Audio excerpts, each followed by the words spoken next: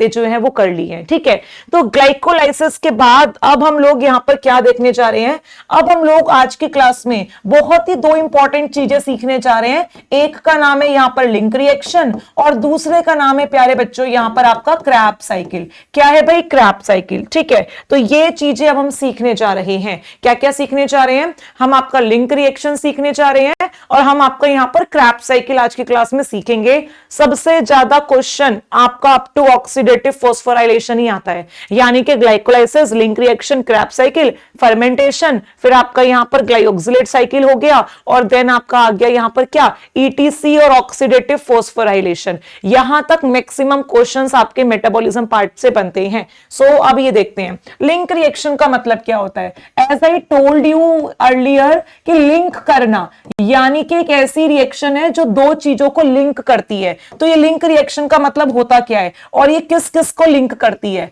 तो बेसिकली ये हमने अपना सेल बनाया भाई, इस तरीके से यहां पर हमने बच्चा पार्टी अपना सेल जो है वो बना दिया। ये रहा प्यारा सा हमारा सेल और आपको पता ही है सेल की मेम्ब्रेन को हम क्या बोलेंगे? सेल की मेम्ब्रेन को हम पीएम यानी कि प्रधानमंत्री नहीं है भाई, ये आपका क्या है? Plasma membrane. और सेल के अंदर जो फ्लूइड मिल रहा है इस फ्लूइड को हम क्या बोलेंगे? इस फ्लूइड को हम साइटोप्लाज्म बोलेंगे। क्या बोलेंगे? साइटोप्लाज्म बोलेंगे। तो हमारे पास यहां पर सेल के अंदर powerhouse of the cell बैठा हुआ है जिसका नाम क्या है? थोड़ा बड़ा बनाना पड़ेगा भाई, इसी के ऊपर तो पूरी क्लास आज इर्द गिर्द घूमने वाली है, तो इसको थोड़ा सा मोटा ताजा बना के खुश करते हैं। तो ये रहा powerhouse of the cell यानी कि आपका माइटोकॉन्ड्रिया। क्या प्रेजेंट है भाई? ये हमने कौन सा सेल ऑर्गेनली बनाया है? Powerhouse of the cell mitochondria. Mitochondria double membrane bound cell organelle है, यानी कि आंखें हैं तुम्हारी या बटन? आंखें तुम खुद गिन सकते हो कि मैम ये रही पहली मेम्ब्रेन और ये रही दूसरी मेम्ब्रेन, तो दो दो मेम्ब्रेन इसके पास प्रेजेंट है, इसीलिए इसको double membrane bound cell organelle कहते हैं। ठीक है, ये देखो भाई तो double membrane bound cell organelle इसको बोला जाता है, राइट। माइटोकॉन्ड्रिया के अंदर जो बैठी हुई है भाई वो है हमारी मैट्रिक्स। कौन बैठी हुई है भाई माइटोकॉन्ड्रिया के अंदर? हमारी matrix. Just wait for a second. चलो इधर देखो, लड़कियां और उनका प्यार गोलगप्पों के लिए कभी कम नहीं हो सकता। ठीक है, तो मैंने आज एक्चुअली गोलगप्पे खा लिए, मतलब मैं बहुत टाइम से अवॉइड कर रही थी क्योंकि मुझे पता है कि गोलगप्पे का खाने से गला खराब होता है और मेरा प्रोफेशन ऐसा है कि गला मैं खराब नहीं कर सकती। बट सच में मैं बहुत टाइम से मैंने कंट्रोल किया हुआ था, बट आज मुझे लगा कि 2 पीस तो खा ही लेती हूँ। ठीक है, तो बस अभी मैंने क्लास से पहले 2 पीस गोलगप्पे खाए थे और मेरा गला जो है वो जा चुका है। कोई बात नहीं, पर इधर देखो, इधर देखो, तो देखो टीचिंग में बहुत सारे सेक्रीफाइस करने पड़ते हैं। ठीक है, तो यहाँ पर माइटोकॉन्ड्रिया है और ये माइटोकॉन्ड्रिया की मैट्रिक्स है। हमने साइटोप्लाज्म में क्या किया था? हमने साइटोप्लाज्म के अंदर अपना जो ग्लूकोज का मॉलिक्यूल है इस ग्लूकोज के मॉलिक्यूल को तोड़ दिया था। किसमें तोड़ दिया था जी? 2 पाइरूवेट के मॉलिक्यूल में, और इस रिएक्शन को हमने ग्लाइकोलाइसिस का नाम दिया था। अब ये जो पाइरूवेट का मॉलिक्यूल है, ये पाइरूवेट का मॉलिक्यूल हमारा माइटोकॉन्ड्रिया की मैट्रिक्स में आता है। कहां आता है? माइटोकॉन्ड्रिया की मैट्रिक्स में। This is the matrix of mitochondria. यहां पर लिख देते हैं कि हमारा पाइरूवेट जो है वो ग्लाइकोलाइसिस से बनने के बाद कहां एंट्री लेता है भाई? ये पाइरूवेट हमारी यहां पर एंट्री लेता है माइटोकॉन्ड्रिया की मैट्रिक्स में। माइटोकॉन्ड्रिया की मैट्रिक्स में आके इसके साथ हम कुछ करते हैं और अल्टीमेटली हम क्या बनाते हैं? अल्टीमेटली हम लोग बनाते हैं 2 एसिटाइल कोएंजाइम ए के मॉलिक्यूल, और ये जो 2 एसिटाइल ए कोएंजाइम ए के मॉलिक्यूल हैं ये हमारा क्रैब साइकिल परफॉर्म करते हैं। क्या करते हैं? क्रैब साइकिल परफॉर्म करते हैं। यानी कि मैंने यहां पर क्या बोला? अगर मैं इकलौता माइटोकॉन्ड्रिया बनाऊं तो ये रहा मेरे पास आपका माइटोकॉन्ड्रिया, ये माइटोकॉन्ड्रिया की आउटर मेम्ब्रेन है, और ये इस तरीके से हमारे पास यहां पर क्या प्रेजेंट है भाई? हमारे पास यहां पर inner membrane of mitochondria present है। तो हमने इन शॉर्ट यहां पर एक छोटी सी बात बोली है कि आपके पास जो ग्लूकोज का मॉलिक्यूल प्रेजेंट है, ये ग्लूकोज का मॉलिक्यूल कन्वर्ट हो चुका है 2 पाइरूवेट के मॉलिक्यूल में। और कौन सी रिएक्शन में हुआ है भाई? ये हुआ है हमारा ग्लाइकोलाइसिस में। किसमें हुआ है, ग्लाइकोलाइसिस में। तो अब इस पाइरूवेट को ध्यान से समझना, इस पाइरूवेट को उठा के ही तो हम अंदर लेके आए हैं। ये जो हमारा पाइरूवेट का मॉलिक्यूल है, इसको उठा के हम यहां पर अंदर लेके आए हैं, और अल्टीमेटली इस पाइरूवेट के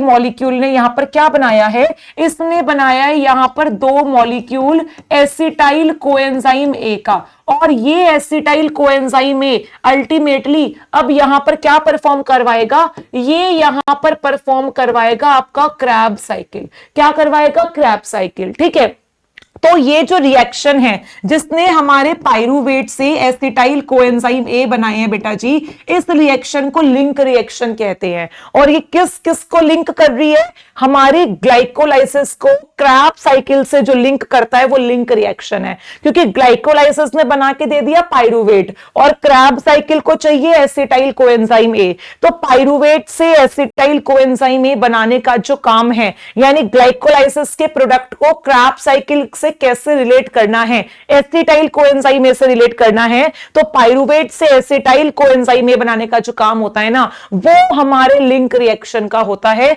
तो लिंक रिएक्शन कहां टेक्स प्लेस करती है, मैट्रिक्स में। सिमिलरली क्रैब साइकिल कहां टेक प्लेस करती है, मैट्रिक्स में। लेकिन ग्लाइकोलाइसिस कहां पर हुई है, माइटोकॉन्ड्रिया के बाहर क्या प्रेजेंट है, ये हमारा साइटोप्लाज्म प्रेजेंट है। और आप देखोगे कि हमारा जो इलेक्ट्रॉन ट्रांसपोर्ट चेन है वो कहां होता है, वो होता है इनर माइटोकॉन्ड्रियल मेम्ब्रेन में। दैट्स व्हाई माइटोकॉन्ड्रिया जो है it is the site of aerobic respiration. जो एनेरोब्स होते हैं उनके पास तो सेल ऑर्गेनेलिज है ही नहीं ना, मेम्ब्रेन बाउंड सेल ऑर्गेनेलिज है ही नहीं, तो उनके पास माइटोकॉन्ड्रिया नहीं होता, लेकिन हमारे पास है। तो mitochondria is the site for aerobic respiration. तो हम इसी लिंक रिएक्शन को पढ़ने जा रहे हैं। एकदम बेसिक से क्लियर कर रही हूं मैं, तुम्हारा कहने कोई बातें तुमने 11th 12th क्लास में भी सीखी होती है, बट कोई बात नहीं। तो लिंक रिएक्शन कहां चल रही है पता चल गया, माइटोकॉन्ड्रिया के मैट्रिक्स में चल रही है। बेसिकली इसमें हम क्या करते हैं, हमारे पास जो दो पाइरूवेट के मॉलिक्यूल है, भाई एक पाइरूवेट में 3 कार्बन है, तो दो पाइरूवेट में यहां पर कितने कार्बन हो गए, दो पाइरूवेट में हमारे पास यहां पर 6 कार्बन हो गए। और हम बनाते क्या है, जरा ध्यान से सुनिएगा, हम यहां पर बनाते हैं एसिटाइल कोएंजाइम ए। क्या बनाते हैं हम यहां पर, आपका एसिटाइल कोएंजाइम ए। अब बेसिकली एसिटाइल वर्ड आते ही हमें 2 कार्बन याद आते हैं। क्या याद आते हैं, 2 कार्बन। हम 2 मॉलिक्यूल एसिटाइल कोएंजाइम ए के बनाते हैं, तो 2 को अगर आप 2 कार्बन से मल्टीप्लाई करोगे, यानी कि हमारे पास तो 4 ही कार्बन आए। दिए तो मैंने 6 कार्बन थे, लेकिन प्रोडक्ट जो बनाए उसमें सिर्फ 4 कार्बन बैठे हैं। तो हम क्या बोलेंगे, अगर तुम मेटाबॉलिज्म सच में सीखना चाहते हो तो कार्बन अगर तुम्हें लगे इधर उधर हो रहा है तो उसको CO2 बना के रिलीज कर दो कि भैया 2 कार्बन कम है, तो ये लो, हम यहां पर 2 CO2 के मॉलिक्यूल रिलीज कर देते हैं। तो यहां पर 2 CO2 के मॉलिक्यूल क्या हो गए, हमारे रिलीज हो गए। लेकिन जो कोएंजाइम ए यहां पर आया है, ये तो पाइरूवेट के पास नहीं होता। तो क्या मुझे यहां पर 2 कोएंजाइम ए का एडिशन करना पड़ेगा, बिल्कुल करना पड़ेगा। तो हम यहां पर 2 मॉलिक्यूल कोएंजाइम ए के ऐड करते हैं। तो अल्टीमेटली पाइरूवेट जिसमें 3 कार्बन है, उसके 2 कार्बन एसिटाइल ग्रुप बनाते हैं और उनको मिलता है एक कोएंजाइम ए। तो यहां बन जाता है एसिटाइल कोएंजाइम ए। और 2 पाइरूवेट सेम काम करेंगे तो 2 CO2 निकलेंगे और यहां पर 2 मॉलिक्यूल बन जाएंगे आपके किसके, एसिटाइल कोएंजाइम ए के। और साथ ही साथ यहां पर बच्चा पार्टी एनर्जी का गेन होता है। NAD पॉजिटिव यहां पर आता है। कितने NAD पॉजिटिव आएंगे, 2 NAD पॉजिटिव, क्योंकि एक पाइरूवेट एक यूज करेगा, दूसरा यूज करेगा, और हमें यहां पर मिल जाता है 2 NADH का मॉलिक्यूल। क्या मिल जाता है भाई, 2 NADH का मॉलिक्यूल। तो अल्टीमेटली ओवरऑल जो हमारी लिंक रिएक्शन होती है ना, इसमें क्या क्या होता है, इसमें हम CO2 को रिलीज करते हैं। ग्लूकोज के पास 6 कार्बन थे, तो हम 6 CO2 रिलीज कर सकते हैं पूरे एरोबिक रेस्पिरेशन में, क्योंकि एरोबिक रेस्पिरेशन का मतलब कंप्लीट ब्रेकडाउन ऑफ ग्लूकोज, आधा अधूरा नहीं। हाँ, ग्लाइकोलाइसिस ने आधा अधूरा किया, लेकिन हमें तो एरोबिक रेस्पिरेशन को पूरा करना है, तो हमें 6 CO2 चाहिए, तभी मैं मानूंगी कि हाँ जी पूरा टूटा है। मुझे 6 CO2 और 6 वाटर के मॉलिक्यूल चाहिए, तो 6 में से 2 CO2 हमारे आते हैं लिंक रिएक्शन से, और बिना एंजाइम के तो इस धरती पर कोई मेटाबॉलिक रिएक्शन हो नहीं सकती। तो यहां पर जो एंजाइम हमारा यूज होता है उसका नाम होता है पाइरुवेट डिहाइड्रोजिनेज कॉम्प्लेक्स। क्या नाम है बेटा जी? उसका नाम है आपका pyruvate dehydrogenase complex.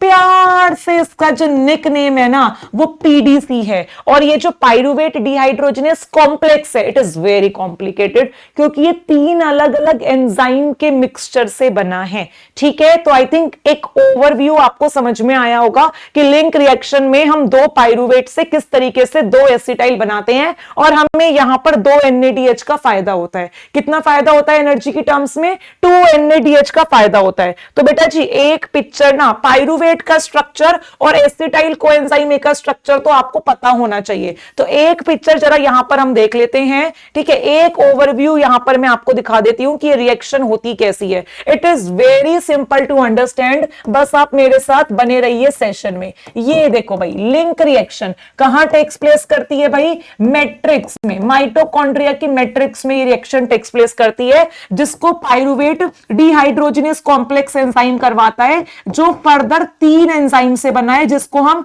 E1, E2 और E3 कहते हैं। ठीक है, तो यहां पर ये हमारे पास पाइरुवेट है। क्या प्रेजेंट है? पाइरुवेट प्रेजेंट है। तो देख रहे हो आप, पाइरुवेट के पास इस तरीके से 3 कार्बन प्रेजेंट है। कितने कार्बन प्रेजेंट है? 3 कार्बन प्रेजेंट है। तो मैंने यहां पर पाइरुवेट से एसिटाइल कोएंजाइम कैसे बनाया? ध्यान से देखो भाई, ध्यान से देखेंगे। हमने यहां पर पाइरुवेट जो है ना, इसको क्या बोला? इसको बोला तुम 1 कार्बन रिलीज कर दो, यानी कि CO2 की फॉर्म में तुम 1 कार्बन रिलीज कर दो, तो तुम्हारे पास 2 ही कार्बन बच जाएंगे। हम तुम्हें दे देते हैं यहां पर कोएंजाइम A। तो कोएंजाइम A को इस तरीके से लिखा जाता है। कैसे लिखा जाता है? कोएंजाइम A को इस तरीके से लिखा जाता है। ठीक है, this is your coenzyme A। ये हम किसको लिख रहे हैं? ये हम अगर लिख रहे हैं, इसका मतलब हम कोएंजाइम A को लिखने जा रहे हैं। तो होगा क्या यहां पर भाई? क्या होगा? बॉन्ड बनेगा। ये जो सल्फर है ये बॉन्ड बनाएगा कार्बन के साथ, तो इसका हाइड्रोजन रिलीज हो जाएगा, और इस तरीके से कोएंजाइम A हमारे एसिटाइल ग्रुप के साथ जुड़ जाएगा, तो नाम पड़ जाएगा एसिटाइल कोएंजाइम A। तो एसिटाइल में 2 कार्बन पाइरुवेट से है और कोएंजाइम में बाहर से आया है। और यहां पर अगर हम पाइरुवेट की बात करें तो pyruvate is the product of glycolysis, लेकिन क्रैब साइकिल में अगर इसको जाना है तो it should be converted in acetyl coenzyme A। और इसीलिए क्रैब साइकिल और ग्लाइकोलाइसिस को कौन लिंक करता है? हमारा यहां पर लिंक करता है आपका लिंक रिएक्शन। ठीक है, तो ये बात समझ में आ गई। अब ये देखो, ये जो पूरी कहानी है, इस कहानी के अंदर हम क्या क्या काम कर रहे हैं भाई? अल्टीमेटली हमने पाइरुवेट के हाइड्रोजन निकाले और यहां पर NAD पॉजिटिव को दिए, यानी कि यहां पर क्या हो रहा है? यहां पर डिहाइड्रोजिनेशन का काम हो रहा है, हाइड्रोजन को रिमूव किया जा रहा है। और हम क्या बोल सकते हैं? हम बोल सकते हैं यहां पर ऑक्सीडेशन हो रहा है, हाइड्रोजन का रिमूव यानी कि ऑक्सीडेशन। दूसरा यहां पर हो रहा है डीकार्बोक्सिलेशन, CO2 निकल रहा है ना, यानी कि यहां पर डीकार्बोक्सिलेशन रिएक्शन भी हो रही है। और इसीलिए हम लोग क्या बोलते हैं? हम लोग बोलते हैं लिंक रिएक्शन के अंदर हम लोग ऑक्सीडेटिव डीकार्बोक्सिलेशन करते हैं, यानी पाइरुवेट का डीकार्बोक्सिलेशन भी कर रहे हैं और ऑक्सीडेशन भी कर रहे हैं, क्योंकि CO2 निकाल रहे हैं और हाइड्रोजन निकाल रहे हैं, यानी जो डीकार्बोक्सिलेशन है वो ऑक्सीडेटिव के साथ हो रहा है, हाइड्रोजन के रिमूवल के साथ हो रहा है। तो क्या यहां तक की सारी टर्म्स आप लोगों को क्लियर हैं? जल्दी से बताएंगे भाई। Is that clear to everyone? सभी स्टूडेंट्स जल्दी से रिप्लाई करके बताएंगे भाई। यस यस यस, बोलो भाई बच्चा पार्टी, जल्दी से बताओ। क्लियर हो गया सबको?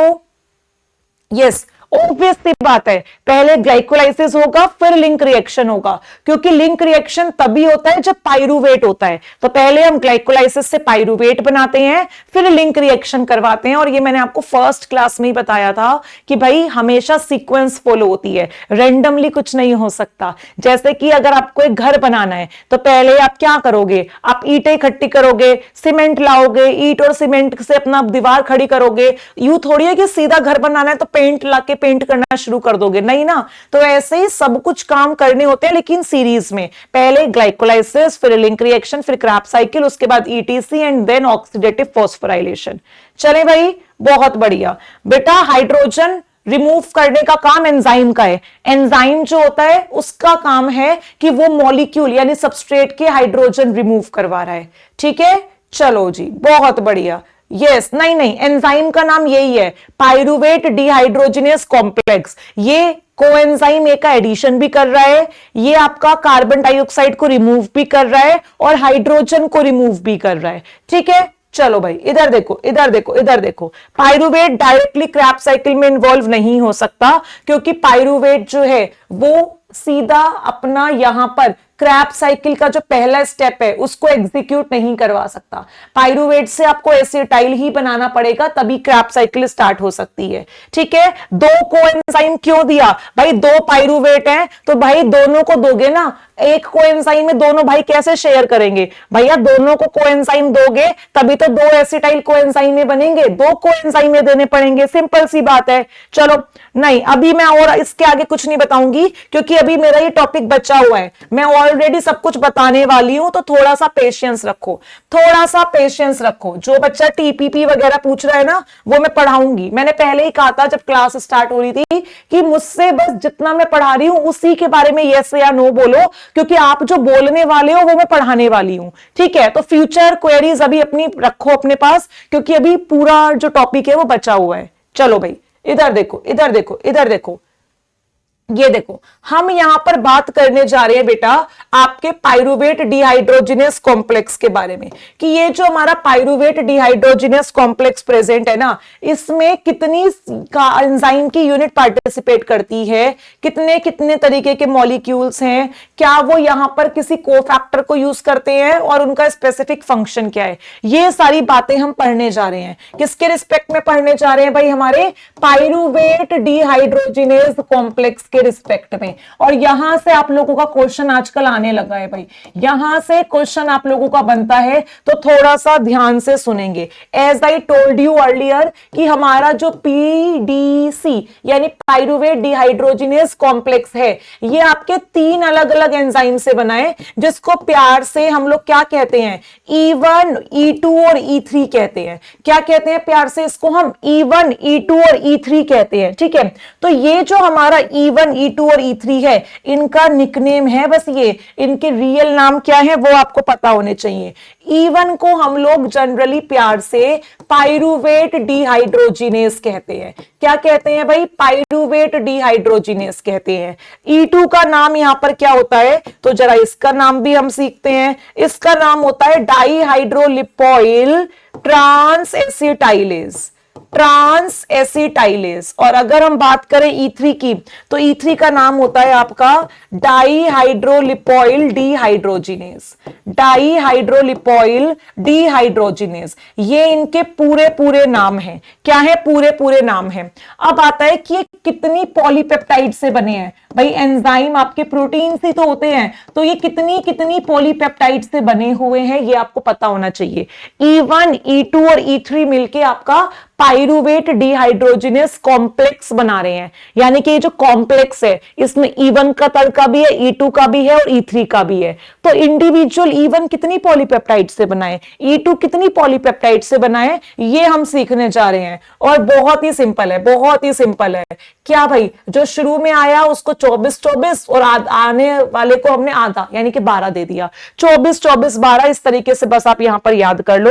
अब बेटा जी हमें ना इनके कोफैक्टर्स पता होने चाहिए। आपको पता है जो एंजाइम होते हैं उनको काम करने के लिए कोफैक्टर्स की जरूरत होती है। किसकी जरूरत होती है भाई? कोफैक्टर की। तो जो बच्चा टीपीपी पूछ रहा था कि मैम कहां यूज होता है, बेसिकली टीपीपी जो होता है ना, E1, हमारा जो E1 है यहां पर पीडीसी के अंदर, पाइरुवेट डिहाइड्रोजिनेस कॉम्प्लेक्स के अंदर, ये जो E1 वाला एंजाइम है ना, इसका कोफैक्टर टीपीपी होता है। कौन होता है? टीपीपी होता है। सिमिलरली E2 को क्या चाहिए होता है? इसको लिपोइक एसिड चाहिए होता है और कोएंजाइम ए चाहिए होता है। और E3 को चाहिए होता है आपका NAD पॉजिटिव और आपका FAD। तो कोफैक्टर आर ऑल्सो इंपॉर्टेंट, इनके बारे में भी आपको यहां पर पता होना चाहिए।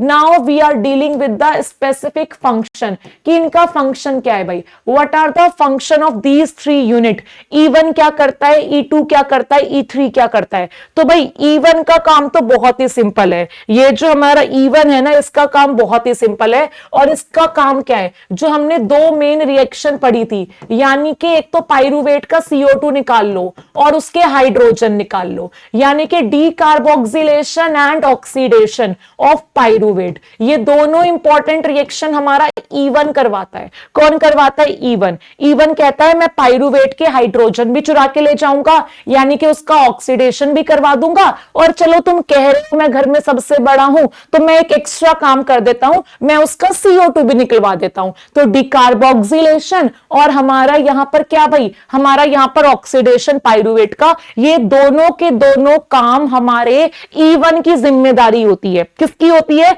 E1 की जिम्मेदारी होती है। अब अगला काम क्या हो सकता है, चलो ठीक है, आपने पाइरुवेट का डिहाइड्रोजिनेशन कर दिया, उसका CO2 निकाल दिया, ये सब कुछ आपने यहां पर कर लिया, ठीक है। अब जो एसिटाइल ग्रुप बना है, उस एसिटाइल को और कोएंजाइम ए को आपस में मिलाना पड़ेगा, तो वो काम E2 करता है। यानी कि E2 क्या काम करता है, it transfer acetyl group to coenzyme A in order to form acetyl coenzyme A. Acetyl उसने बना के दिया, लेकिन कोएंजाइम ए के साथ उसकी फ्रेंडशिप कौन करवाता है, उसकी फ्रेंडशिप करवाता है हमारा E2। कौन करवाता है, E2। अब E3 का फंक्शन मैं तुम्हें समझाती हूं, अगर सीधा लिखवाऊंगी तो तुम्हें समझ नहीं आएगा, तो E3 का फंक्शन मैं तुम्हें थोड़ा सा क्लियर करती हूं डिटेल में, ताकि तुम्हें यह ना लगे कि बस हमने याद कर लिया। तो ये देखो भाई, पिक्चर सबको क्लियर नजर आ रही होगी। मेरे को पता है कि मैं बहुत प्यार से आराम से पढ़ा रही हूं, क्योंकि मैं चाहती हूं कि आप बस ऐसा नहीं है कि 5 मिनट के अंदर एक स्लाइड में लिंक रिएक्शन लिखा और आगे बढ़ जाओ, नहीं, आप अगर सीख रहे हो तो चाहे आधा घंटा लगाओ, लेकिन अच्छे से सीख के जाओ, ठीक है।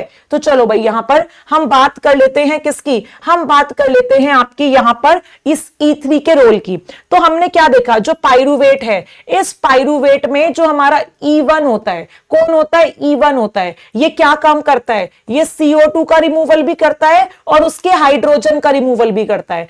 यानी कि अल्टीमेटली E1 का काम क्या है, CO2 भी निकालेगा और आपके हाइड्रोजन जो है उसको भी निकालेगा। तो E1 का फंक्शन हमने यही लिखा है कि भाई इसने ऑक्सीडेशन भी किया है और इसने हमारा डिकार्बोक्सिलेशन भी किया है। अब E2 जो होता है वो क्या काम करता है, E2 कहता है कि मैं यहां पर जो कोएंजाइम ए है वो दे दूंगा एसिटाइल को। देख रहे हो, ये रहा कोएंजाइम ए, तो कोएंजाइम ए को एसिटाइल ग्रुप तक पहुंचाने का काम किसका होता है, एसिटाइल ग्रुप तक पहुंचाने का काम E2 का होता है। इसका काम है, ये ट्रांस एसिटाइलेज है ना, यानी कि ट्रांसफर करेगा एसिटाइल ग्रुप का, तो वो काम E2 का है। लेकिन ये पूरी रिएक्शन में ना हम एक मॉलिक्यूल पढ़ते हैं जिसका नाम होता है डाईहाइड्रोलिपोअमाइड। क्या नाम होता है, डाईहाइड्रोलिपोअमाइड, ठीक है। तो अल्टीमेटली होता क्या है, हम जो ये डाईहाइड्रोलिपोअमाइल है जिसके पास हाइड्रोजन प्रेजेंट होते हैं, क्या प्रेजेंट होते हैं, हाइड्रोजन प्रेजेंट होते हैं, हम क्या करते हैं, हम यहां पर अल्टीमेटली हम यहां पर इसको ऑक्सीडाइज्ड और रिड्यूस्ड इस फॉर्म में इसके साथ प्ले करते हैं गेम। यानी कि अगर आप इसके हाइड्रोजन निकाल लोगे तो ये क्या हो जाएगा, ऑक्सीडाइज्ड, और अगर इसको हाइड्रोजन दे दोगे तो ये क्या हो जाएगा, ये आपका रिड्यूस्ड हो जाएगा। क्या हो जाएगा, रिड्यूस्ड हो जाएगा। तो अल्टीमेटली ये जो पूरा काम हम लोग कर रहे होते हैं, इसमें हमारा लिपोअमाइड जो है ना, ये यहां पर यूज हो रहा होता है। तो हमने लिपोअमाइड जिस फॉर्म में लिया था, हमने लिपोअमाइड जिस फॉर्म में लिया था, हम उस फॉर्म में यहां पर वापस करते हैं। उस फॉर्म में क्या करते हैं, वापस करते हैं। कैसे करते हैं जरा देखते हैं। हमारे पास हाइड्रोजन जो है वो प्रेजेंट है पाइरुवेट के पास, वो हाइड्रोजन रिलीज हुए, तो हमने क्या किया, हमने यहां पर जो हाइड्रोजन थे वो किसको दे दिए, हमने यहां पर वो हाइड्रोजन NAD पॉजिटिव को दे दिए ताकि NADH बन जाए। तो अल्टीमेटली ये जो HH है ये यहां पर E3 जो है वो यहां पर लेके किसको देता है, NAD पॉजिटिव को। इसका मतलब ये जो लिपोअमाइड है इसका ऑक्सीडेशन करवाने बताने का जो काम है ना, ये हमारा E3 का है। किसका है? E3 का है। आपको इतना ज्यादा डिटेल्ड में स्ट्रक्चर याद करने की जरूरत नहीं है, बट अगर मैं यहां पर सिंपल लिखवा देती कि what is the function of E3, तो आपको लगता पता नहीं मैम ने क्या लिखवा दिया। तो अब मैं बता सकती हूं आपको थोड़ा सा कि इसका काम क्या है। इसका काम है रीऑक्सीडाइज डिहाइड्रोलिपोमाइड। भाई लिपोमाइड को ये यहां पर रीऑक्सीडाइज करवाता है। क्या करवाता है? रीऑक्सीडाइज, यानी कि उसके जो हाइड्रोजन है वो ये NAD पॉजिटिव को देख के NADH बना देता है। तो अल्टीमेटली इसका क्या हो गया? ऑक्सीडेशन हो गया। तो बस आपको ये सिंपल फंक्शंस, ये टेबल मोर देन सफिशिएंट है। आपको ये सिंपल फंक्शंस, इनके कोफैक्टर्स और हर एंजाइम का डिटेल्ड में नाम पता होना चाहिए। That's all from my side. Okay, चलो अब हम यहां पर रेगुलेशन की बात करते हैं बेटा। Regulation is very much important. Regulation की बात करते हैं भाई। Regulation of pyruvate dehydrogenase complex, इसकी रेगुलेशन की बात करते हैं। तो बेटा जनरली जो हमारी रेगुलेशन होती है ना पाइरुवेट डिहाइड्रोजिनेस कॉम्प्लेक्स की, तो ये जो हमारी यहां पर रेगुलेशन प्रेजेंट है ये दो तरीके से होती है। कितने तरीके से होती है भाई? दो तरीके से होती है। एक हमारे पास प्रेजेंट होते हैं कोवेलेंट मॉडिफिकेशन। कोवेलेंट मॉडिफिकेशन का मतलब क्या होता है? जहां पर हम कोवेलेंट बॉन्ड का फॉर्मेशन करते हैं। जैसे कि सपोज फॉर एन एग्जांपल, मेरे पास यहां पर कोई, या और सुंदर बना देते हैं, मेरे पास यहां पर कोई एंजाइम प्रेजेंट है और ये प्रेजेंट है मेरे पास एंजाइम की एक्टिव साइट। क्या प्रेजेंट है? एंजाइम की एक्टिव साइट।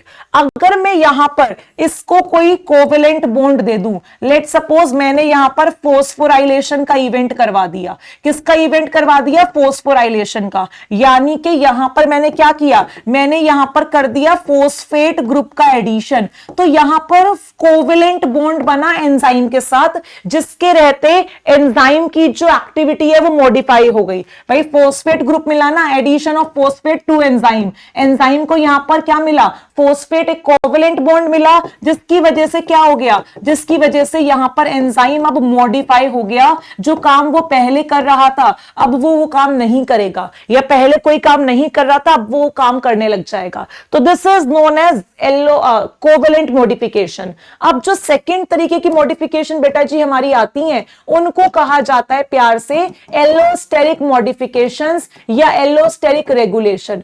एलोस्टेरिक का मतलब क्या है?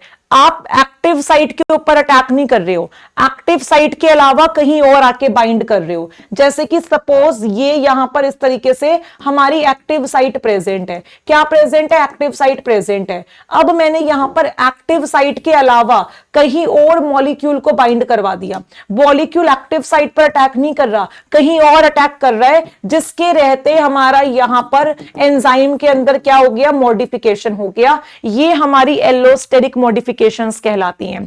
तो एलोस्टेरिक मतलब अदर देन एक्टिव साइट। आप कहां बाइंड करोगे? आप एक्टिव साइट पर बाइंड नहीं करोगे, एक्टिव साइट के अलावा आप कहीं और बाइंड करोगे और अपना जो एंजाइम है उसको मॉडिफाई करोगे। तो पीडीसी जो है इसमें एलोस्टेरिक मॉडिफिकेशंस भी होती हैं और इसमें आपकी कोवेलेंट मॉडिफिकेशंस जो है ये भी देखने के लिए मिलती हैं। हां जी, क्या यहां तक की कहानी सबको क्लियर हो गई है? जल्दी से बताएंगे भाई, जल्दी जल्दी। सब बच्चों के मैसेजेस में देख रही हूं, सब बच्चे रिप्लाई करेंगे। यस यस यस, ठीक है, नो डाउट। इतनी कहानी क्लियर हो गई सबको? आएगा अभी और अच्छे से डिटेल में पढ़ेंगे तो और अच्छे से समझ में आएगा भाई, और अच्छे से समझ में आएगा। चलो भाई, बहुत ही बढ़िया, बहुत ही बढ़िया।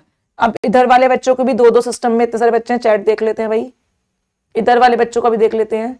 ठीक है ठीक है, इधर देखो इधर देखो, अभी बताते हैं अभी बताते हैं, रुक जाओ अभी बताते हैं। नहीं, स्ट्रक्चर ज्यादा याद नहीं रखने, बस ओवरव्यू क्लियर होना चाहिए।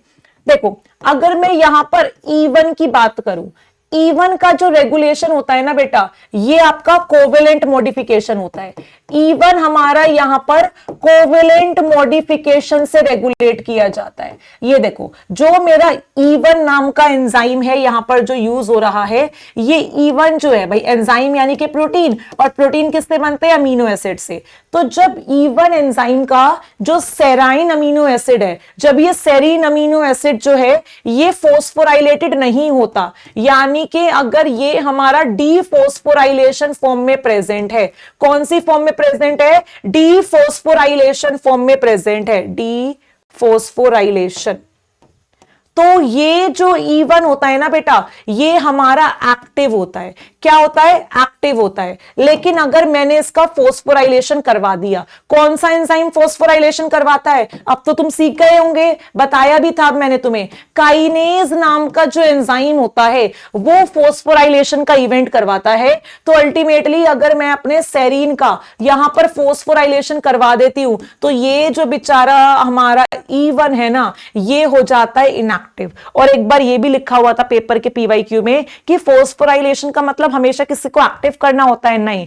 फोस्फोराइलेशन से कभी जो ऑर्गेनिज्म ऑलरेडी पहले से एक्टिव होते हैं ना, वो भी यहां पर क्या हो जाते हैं? वो भी यहां पर इनएक्टिव हो जाते हैं, ठीक है। तो फोस्फोराइलेशन से हम लोग इनएक्टिव भी करते हैं मॉलिक्यूल्स को, लेकिन ये जो काम है ना, ये रिवर्सिबल है, ये काम हमारा रिवर्सिबल है। अगर हम यहां पर फोस्फेट को हटा दें, फोस्फेट को हटाने के लिए किसको बुलाया जाता है? फोस्फेट को हटाने के लिए फोस्फाटेज को बुलाया जाता है। तो आप वापस से इनएक्टिव से इसको एक्टिव बना सकते हो। तो ये हमारा काम कैसा होता है? ये हमारा रिवर्सिबल काम होता है। हम अपने E1 को एक्टिव भी कर सकते हैं और इनएक्टिव भी कर सकते हैं, ठीक है। नाउ स्टूडेंट्स, हम लोग यहां पर एलोस्टेरिक रेगुलेशन की बात करते हैं। तो एलोस्टेरिक रेगुलेशन कौन कौन सी सब यूनिट्स करती हैं? यहां पर एलोस्टेरिक रेगुलेशन करती है बेटा जी हमारी यहां पर E2 एंड E3 सब यूनिट। ये दो सब यूनिट हैं जो आपका यहां पर एलोस्टेरिक रेगुलेशन करती हैं। मैंने आपका क्या बताया था? मैंने आपको बताया था नेगेटिव फीडबैक रेगुलेशन, जो जिसको बनाता है वही अपने एंजाइम को ब्लॉक करता है। तो यही यहां पर करना है। E2 जो है वो क्या बनवा रहा है? एसिटाइल कोएंजाइम ए। तो एसिटाइल कोएंजाइम ए क्या करेगा? एसिटाइल कोएंजाइम ए आपके E2 को ब्लॉक करेगा।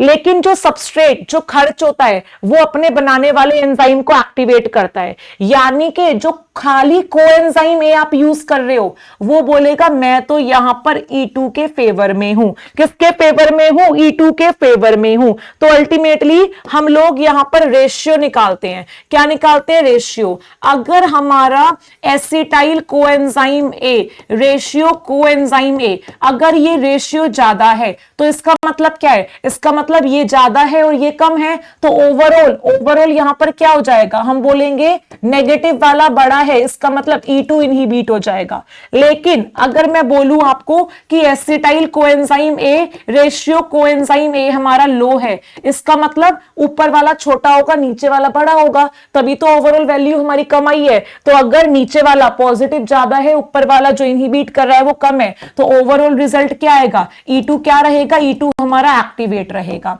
ऐसे ही डियर स्टूडेंट्स, हम लोग यहां पर E3 का रेगुलेशन भी पढ़ते हैं। किसका रेगुलेशन पढ़ते हैं? E3 का। अल्टीमेटली यहां पर और क्या बन रहा होता है? NADH बन रहा होता है। तो हमारा जो NADH है ना, ये E3 को क्या करता है? ब्लॉक करता है। लेकिन जो NAD पॉजिटिव है वो खर्च होता है इस रिएक्शन में, तो वो हमारे E3 को क्या करता है? पॉजिटिवली रेगुलेट करता है। तो अगर आपसे बोला जाए high NADH to NAD positive ratio, इसका मतलब NADH ज्यादा है, NAD पॉजिटिव कम है। तो अल्टीमेटली E3 यहां पर ओवरऑल कैसे काम करेगा? E3 यहां पर इनहिबिट हो जाएगा। लेकिन अगर मेरे पास NADH कम है और यहां पर NAD पॉजिटिव ज्यादा है, तो मेरा E3 यहां पर क्या हो जाएगा? मेरा E3 यहां पर एक्टिवेट हो जाएगा। तो इस तरीके से आपको रेशियो भी निकालना आना चाहिए। अगर नेगेटिव वाला ज्यादा है तो नेगेटिव, पॉजिटिव वाला ज्यादा आ रहा है तो पॉजिटिव रहेगा। ठीक है भाई? यस। कुछ भी हो सकता है। एलोस्टेरिक रेगुलेशन में एक्टिवेटर्स भी आते हैं और इनहिबिटर्स भी आते हैं। जैसे कि यहां पर इनहिबिटर भी दिख रहा है और एक्टिवेटर भी दिख रहा है। ये किसकी तरह काम कर रहा है? ये आपके इनहिबिटर की तरह काम कर रहा है, और जो प्लस कर रहा है वो किसकी तरह काम करेगा? एक्टिवेटर की तरह काम करेगा। तो कुछ बच्चे टेबल दोबारा समझने की रिक्वेस्ट कर रहे हैं, मैं दोबारा समझा देती हूं। बेसिकली हमारे पास यहां पर 3 तरीके के एंजाइम मिलके पीडीसी को जन्म देते हैं। 1 2 3। पहला वाला CO2 निकालता है और ऑक्सीजन को क्या करता है, सॉरी हाइड्रोजन जो है उसको निकालता है, यानी कि ऑक्सीडेशन का काम करता है, राइट। तो ये जो है टीपीपी को कोफैक्टर की तरह यूज करता है, डीकार्बोक्सिलेशन और पाइरुवेट का ऑक्सीडेशन करता है। देन E2 जो है वो हमारा एसिटाइल ग्रुप को और कोएंजाइम ए को मिलाता है, एसिटाइल कोएंजाइम ए बनाता है। इस पूरे काम को करने में हम किसी लिपोअमाइड को क्या करते हैं? लिपोअमाइड को यूज करते हैं, तो उसको वापस से रीऑक्सीडाइज करवाने की जिम्मेदारी E3 की होती है। ऐसा होता है ना, शादी वादी होती है, मेहमान चले जाते हैं, तो जो समझदार मेंबर होते हैं वो पूरा समेटते हैं ताकि वापस कभी फ्यूचर में जरूरत पड़े तो चीजों को वापस से ले सके। तो वही E3 का काम समेटने का है कि मेन फंक्शन हो गया, लेकिन जो रायता फैलाया है उसको समेटना पड़ेगा, ठीक है। तो वो काम हमारा E3 करता है। डाईहाइड्रोलिपोअमाइड जो है उसको अल्टीमेटली ये क्या करके जाता है? रीऑक्सीडाइज करके जाता है। क्या करके जाता है भाई? रीऑक्सीडाइज करके जाता है, ठीक है। चले आगे। यस यस यस, चलो भाई, चलो भाई, इधर देखते हैं भाई। सामने देखते हैं, सामने देखते हैं, सामने देखते हैं भाई।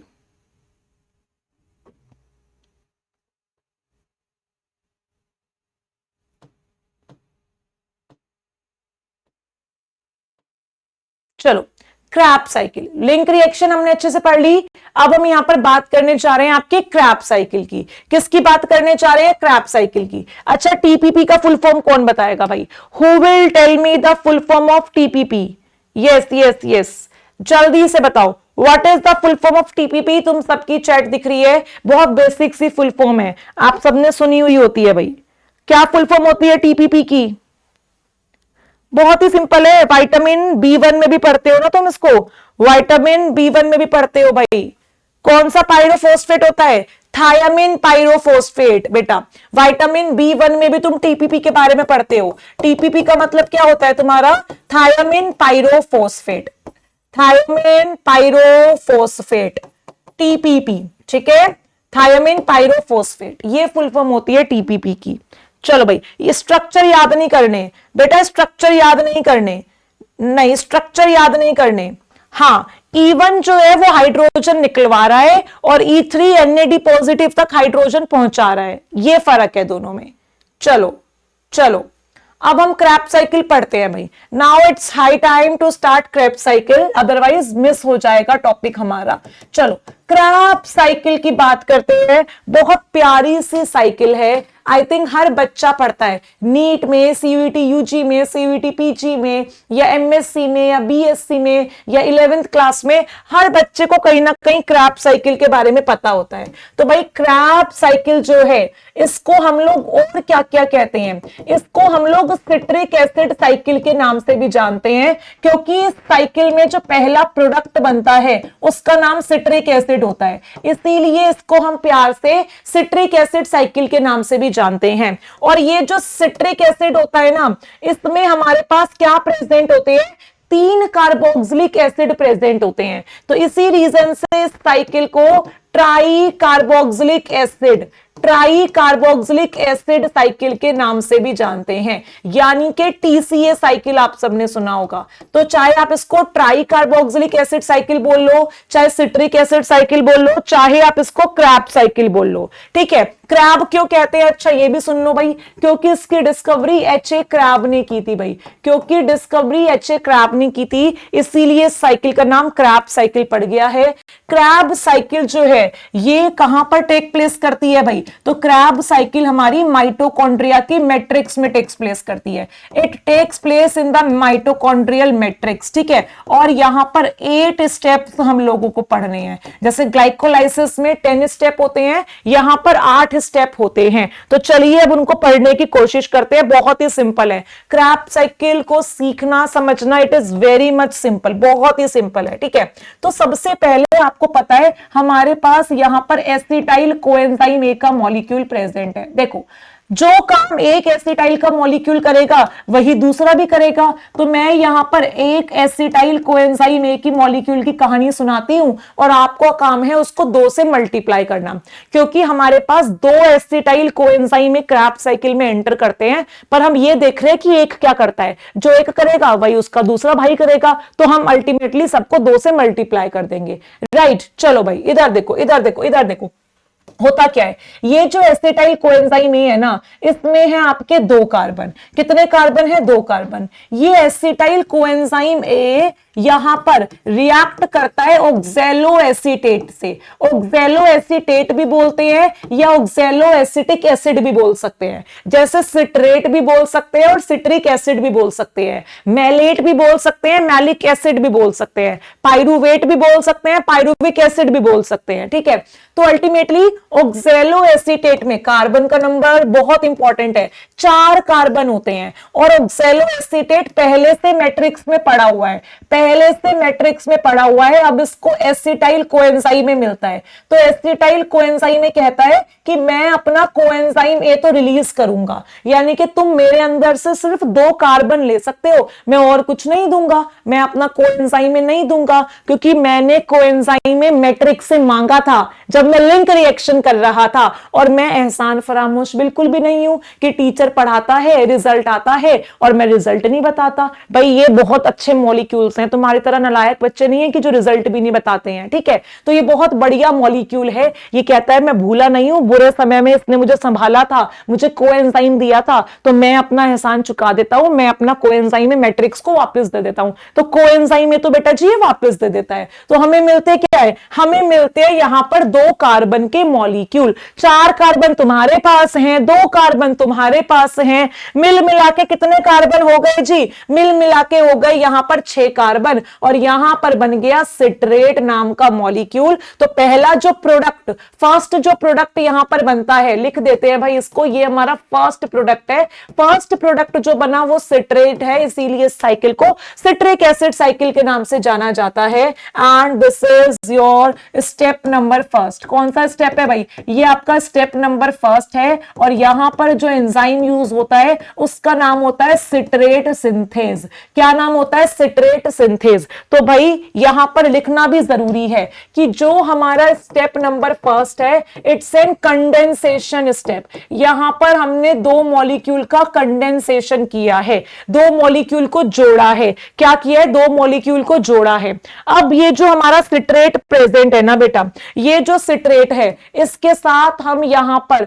2 अलग अलग काम करते हैं, 2 अलग अलग काम इसके साथ हम करते हैं। इसको पानी देते हैं और इसका पानी लेते हैं, यानी कि वाटर का मॉलिक्यूल ऐड भी करते हैं और वाटर का मॉलिक्यूल रिलीज भी करते हैं। तो सबसे पहले हम यहां पर वाटर का मॉलिक्यूल रिलीज करते हैं और फिर दया खाके इसका पानी इसको वापस दे देते हैं, ठीक है। तो अल्टीमेटली जो हमारा यहां पर बनता है सिट्रेट से, जो हमारा कौन सा कलर है? ग्रीन।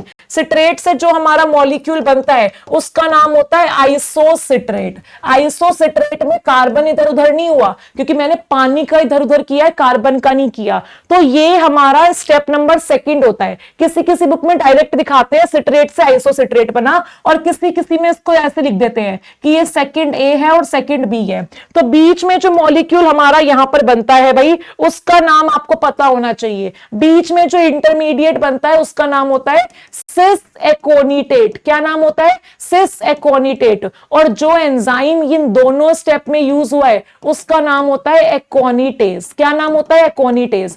तो ये एक ही स्टेप है, 2 पार्ट में टूट के बनाया हुआ है। और जो बेसिक बुक्स होती है वो तो सीधा दिखाती हैं कि सिट्रेट से बन गया आइसोसिट्रेट, वो इस इंटरमीडिएट को दिखाती नहीं है, क्योंकि ये सेकंड और थर्ड स्टेप नहीं है, सेकंड का ए और सेकंड का बी है, थर्ड स्टेप नहीं है, ये पूरा का पूरा एक सेकंड स्टेप ही है, ठीक है जी। चले आगे, बहुत बढ़िया। अब ये देखते हैं आगे।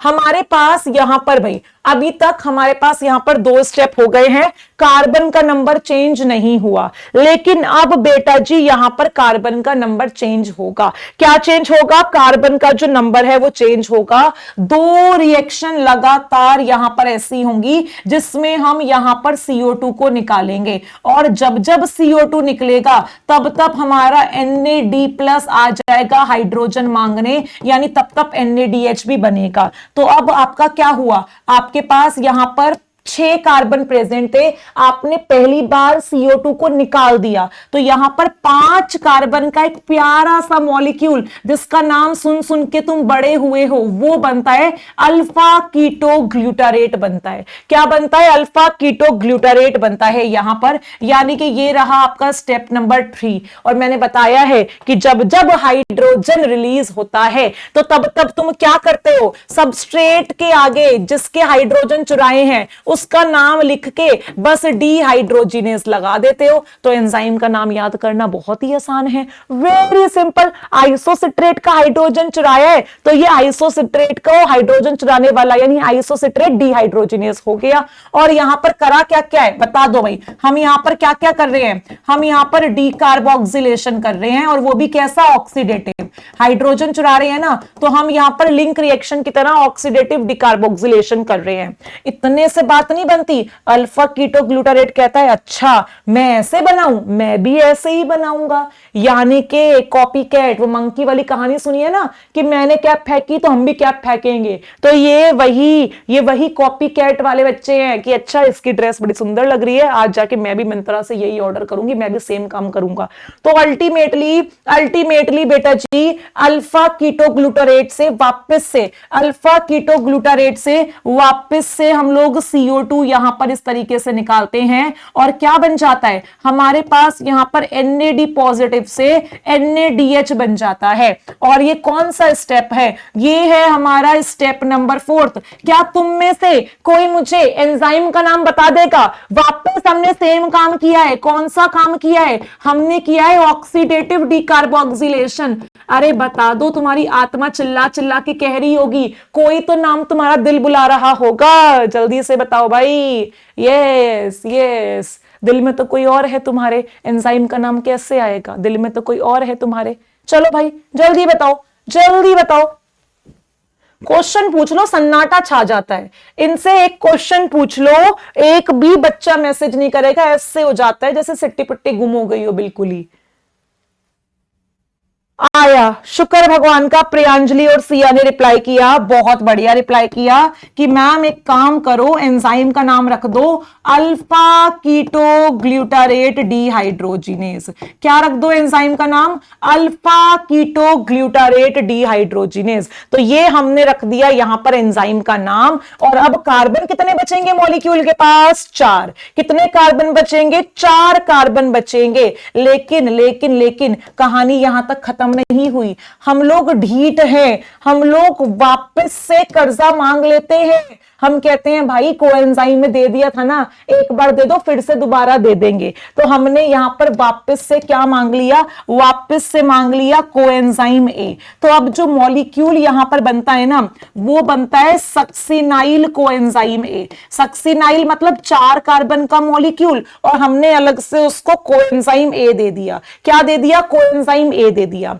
अब ये जो हमारा सक्सिनाइल कोएंजाइम ए है ना, ये क्या काम करता है जरा देखते हैं भाई। ये सक्सिनाइल कोएंजाइम ए अगली ही रिएक्शन में कोएंजाइम ए को निकाल के बाहर फेंकता है। लेकिन इससे फायदा क्या होता है?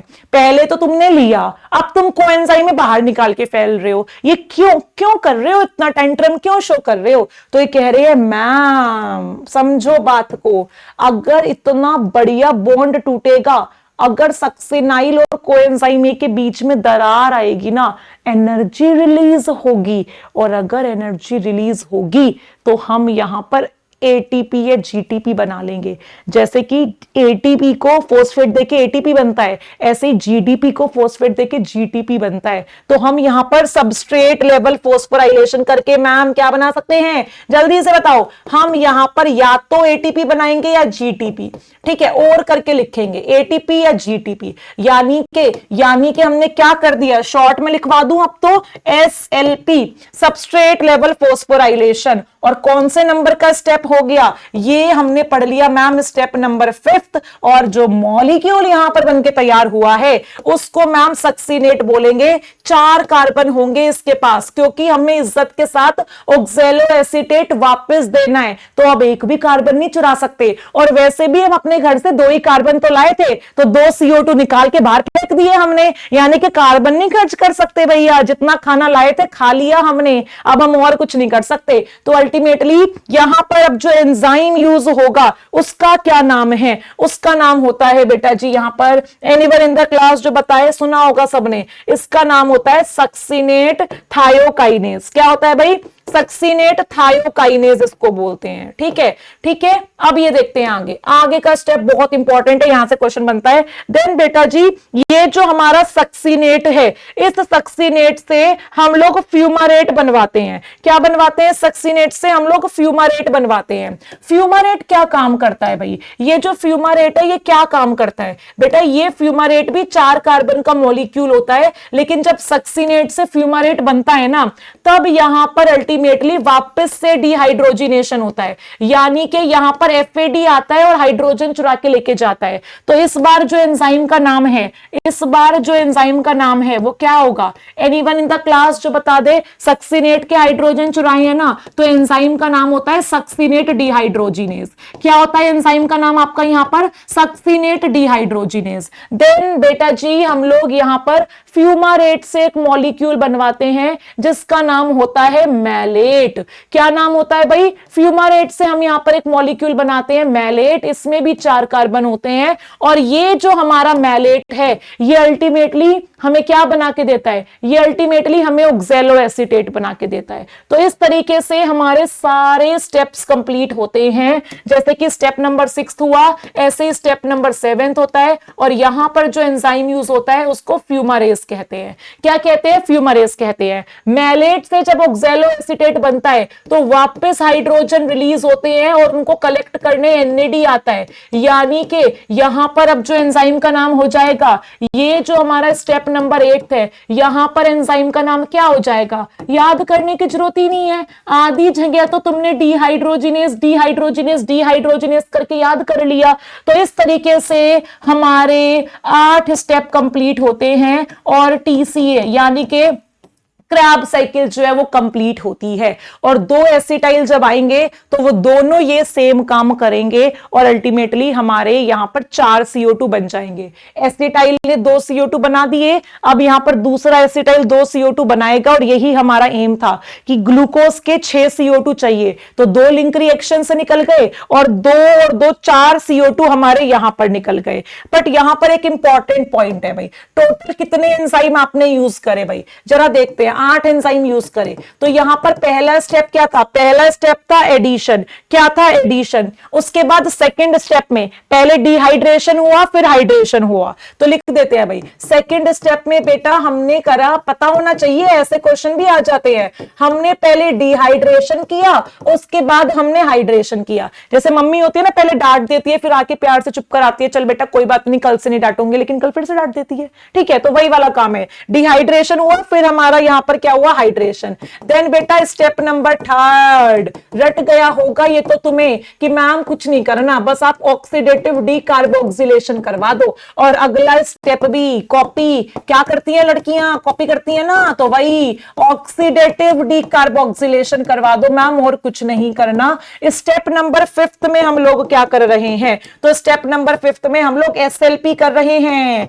Substrate level phosphorylation. जस्ट अभी बताया है हम लोग एटीपी या फिर जीटीपी को बनवाते हैं, सबस्ट्रेट लेवल फॉस्फोराइलेशन करवाते हैं। ठीक है, देन बेटा जी हम लोग यहां पर क्या कर रहे हैं, आपको इतना भी याद नहीं हो रहा तो आप खाली फॉस्फोराइलेशन याद कर लो भाई, आप यहां पर खाली फॉस्फोराइलेशन याद कर लो, बस ये लो। ठीक है, अब अगली बात स्टेप नंबर 6 में हमने क्या किया भाई, स्टेप नंबर 6 में हमने FADH2 बनाया है, यानी कि वापस से डिहाइड्रोजिनेशन कर दिया। स्टेप नंबर 7 में हम क्या करते हैं, तो मैं बता दूं भाई स्टेप नंबर 7, पानी लिखवाया नहीं ना, हाँ स्टेप नंबर 7 में यहां पर इतू सा बता देते हैं, वाटर का मॉलिक्यूल ऐड होता है। तो यानी कि स्टेप नंबर 7 में हम लोग हाइड्रेशन करते हैं और 8 में वापस से हाइड्रोजन को चुराते हैं, यानी कि वापस से यहां पर क्या हो जाता है, वापस से यहां पर डिहाइड्रोजिनेशन हो जाता है। तो इस तरीके से 8 स्टेप में आपकी जो क्रैब साइकिल है वो आपकी पूरी होती है। और एनर्जी का बेनिफिट आपको पता होना चाहिए, एनर्जी का बेनिफिट आपको पता होना चाहिए कि भाई कितना एनर्जी का मेरा यहां पर बेनिफिट हुआ। तुम बताओ कितना एनर्जी का बेनिफिट हुआ तुम्हारा एक एसिटाइल कोएंजाइम ए के बदले, एक एसिटाइल कोएंजाइम ए के बदले। यानी कि जब हमारे पास एक एसिटाइल कोएंजाइम ए का मॉलिक्यूल, ये प्यारा सा मॉलिक्यूल जब यहां पर क्रैब साइकिल करता है, तो बताओ तुम कितना फायदा होता है इन टर्म्स ऑफ एनर्जी, कितना फायदा हुआ। ये लो, गिन लो, योर चॉइस, गिन लो आराम से, मैं तुम्हें 1 मिनट का समय देती हूं, गिन लो आराम से।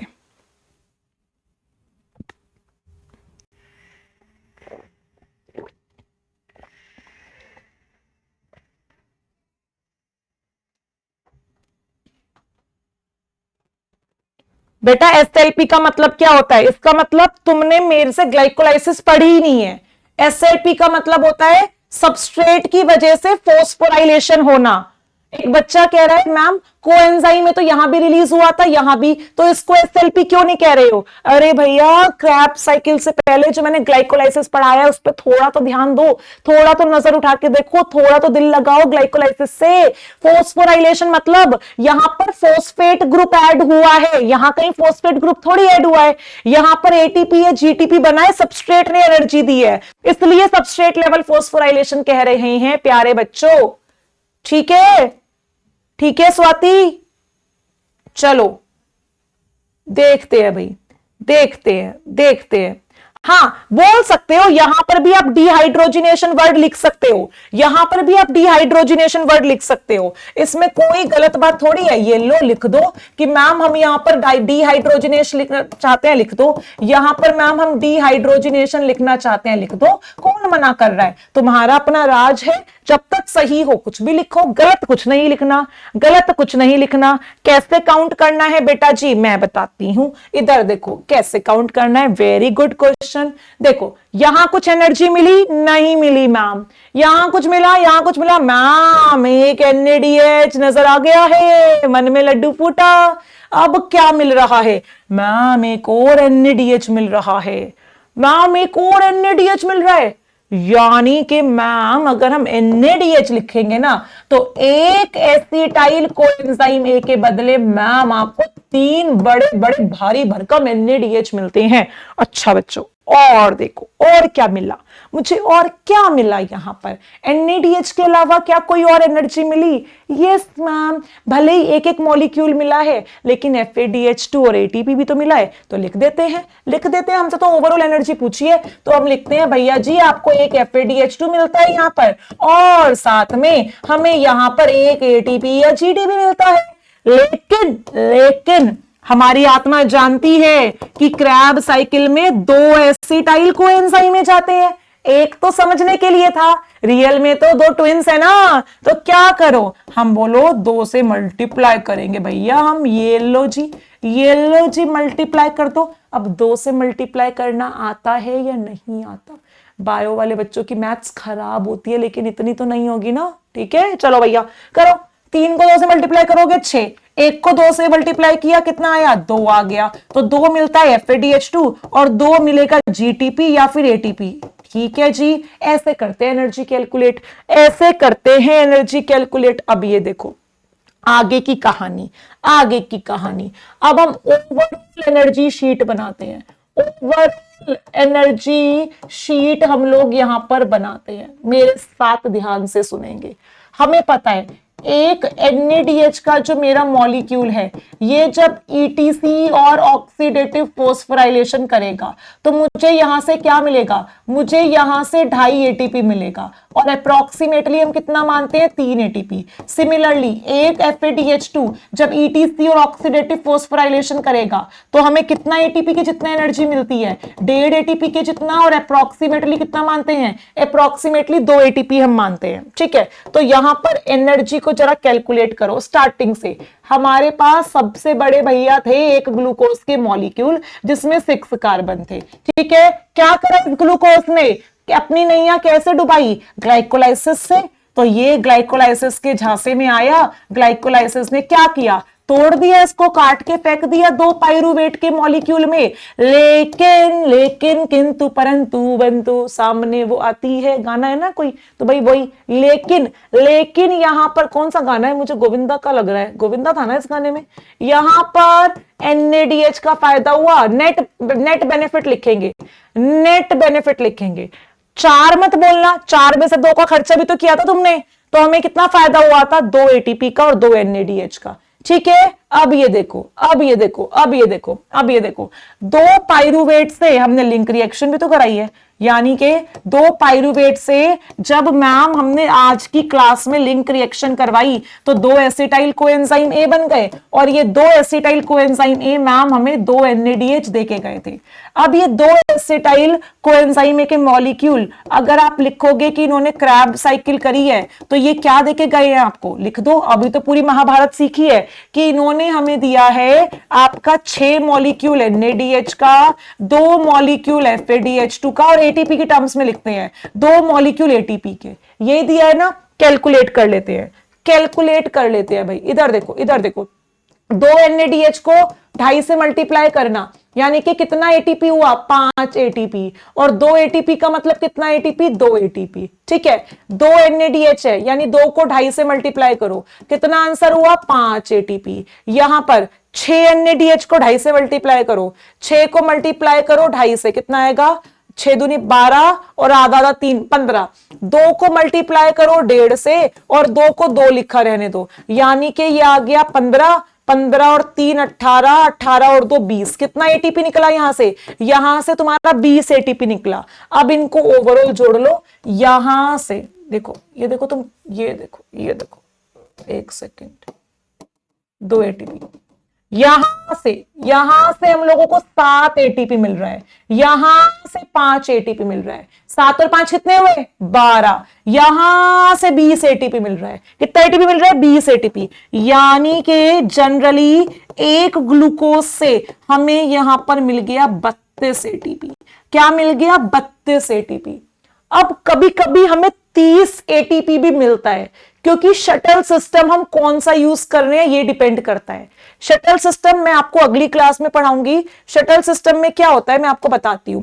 हमने क्या देखा, हमने देखा कि हमारी जो ग्लाइकोलाइसिस है भाई, ग्लाइकोलाइसिस साइटोप्लाज्म में हुई थी, यानी कि यहां पर जो 2 NADH थे वो बाहर बने, जो 2 ATP थे वो बाहर बने। अब ATP तो ATP है, उसका कुछ नहीं होगा, लेकिन ये NADH है ना, मुझे अगर इसको अंदर लेके आना है तो मुझे यहां पर एक सिस्टम यूज करना पड़ता है जिसको बोलते हैं शटल सिस्टम। क्या बोलते हैं, शटल सिस्टम, क्योंकि ऑक्सीडेटिव फोस्फोराइलेशन ETC सब कुछ अंदर होगा तो मुझे इसको साइटोप्लाज्म से अंदर लेके आना पड़ेगा। अब उसमें यूज होता है शटल सिस्टम। भाई क्या यूज होता है उसमें, शटल सिस्टम। तो हमारे पास एक नलायक शटल सिस्टम होता है, ग्लिसरॉल 3 फॉस्फेट।